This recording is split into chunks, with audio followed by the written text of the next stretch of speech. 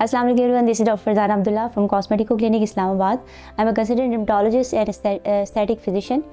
Today we will talk about very important topic which is called chemical peels.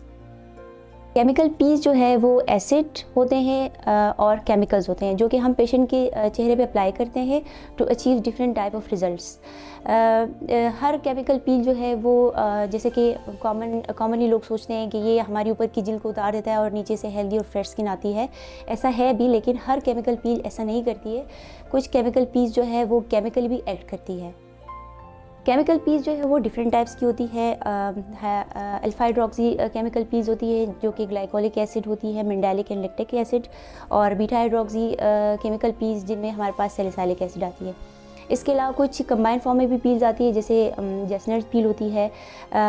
और peels में हम use करते हैं रेटिनोइक एसिड पील्स यूज़ करते हैं, हम TCA पील्स यूज़ करते हैं। पीस जो है वो हम उनकी मुख्तलिफ इंडिकेशंस हैं। एक्नी के लिए यूज़ करते हैं, एक्नी के बाद जो आपके दाग पड़ते हैं उसके लिए यूज़ कर सकते हैं हम। स्कार के लिए यूज़ करते हैं, फाइन लाइन के लिए। ओपन पोर्स आपकी वो इसलिए बनते हैं क्योंकि आपके जो फॉलिकुलर ओपनिंग है उसमें डेड स्किन जो है जमा हो जाती है, जिसकी वजह से आपके पोर्स नुमाया होते हैं। उसके लिए भी हम पीस यूज़ कर सकते हैं। मिलाजमा, अनइवन स्किन टोन और हाइपरपिगमेंटेशन के लिए यूज़ करते हैं। और इसके अलावा डार्क एरियाज़ के लिए भी हम यूज़ कर सकते हैं, लाइक योर अंडर आर्म्स और बैक पे आपकी जो एक्नी आती है या फिर डार्कनेस आती है, उसके लिए भी हम केमिकल पील यूज़ करते हैं। कौन सी केमिकल पील्स आपके लिए बेस्ट है वो आपका डर्मेटोलॉजिस्ट ही डिसाइड करेगा, क्योंकि अकॉर्डिंग टू डेप्थ हमारी जो केमिकल पील है वो अपना स्पेसिफिक टारगेट को हिट करती है। सबसे पहले हम स्किन को प्रिपेयर करते हैं क्लीन करके, फिर उसके ऊपर हम अपना डिज़ायर्ड केमिकल पील जो है वो अप्लाई करते हैं इन क्लिनिक।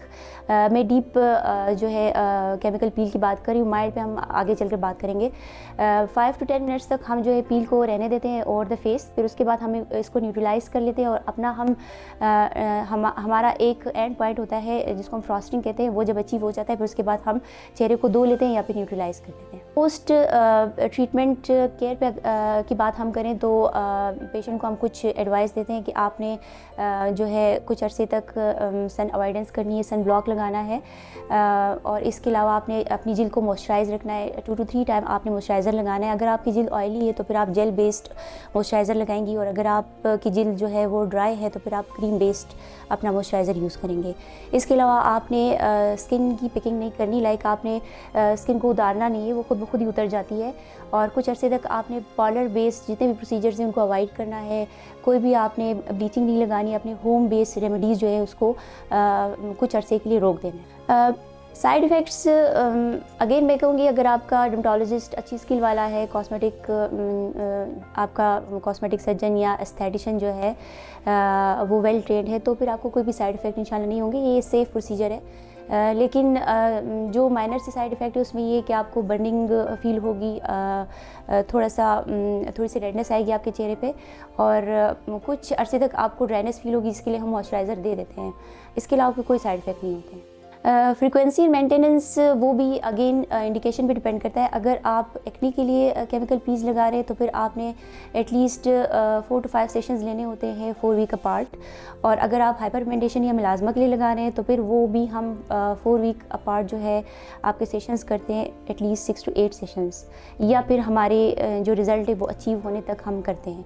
अगर आप रिजुवनेशन के लिए कर रहे हैं, फाइन लाइन या रिंकल्स के लिए, तो वो आपने 2 to 3 मंथ जो है लेने होते हैं, क्योंकि हमने ना गैप देना होता है आपकी स्किन की हीलिंग के लिए, आपकी रिजुवनेशन के लिए, कोलेजन फॉर्मेशन के लिए। Combination of peels with other treatment आप कह सकते हैं कि अगर आपने हाइड्रोफेशियल करानी है तो फिर आप पील से पहले अपने चेहरे को साफ़ सुथरा रखने के लिए आप हाइड्रोफेशियल करा लें। अगर आपने कोई भी हेयर रिडक्शन लेज़र वे ट्रीटमेंट लेनी है तो फिर वो भी आपने केमिकल पील अप्लाई करने से पहले लेनी होगी।